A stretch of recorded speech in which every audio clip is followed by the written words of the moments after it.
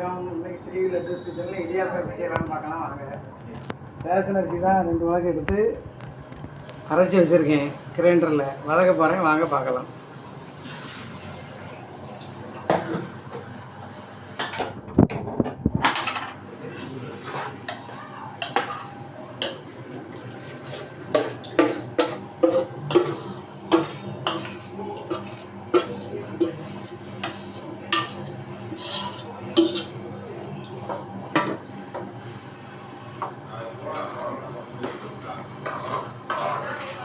கொஞ்சம் தேங்காய் எண்ணெய் ஊற்றி உப்பு போட்டு அரைச்சிருக்கேன். தேங்காய் எண்ணெய் ஊற்றி அப்படியே வதக்கிட்டு புளிய வேண்டியதான்.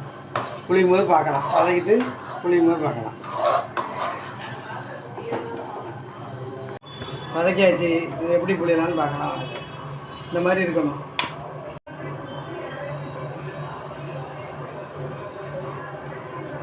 நல்லா அழகாக வருது.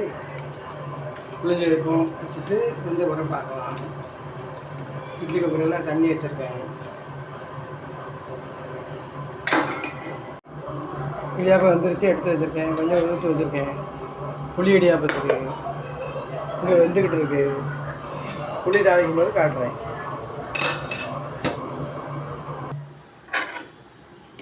தாளிச்ச இடியாப்பம் ரெடி.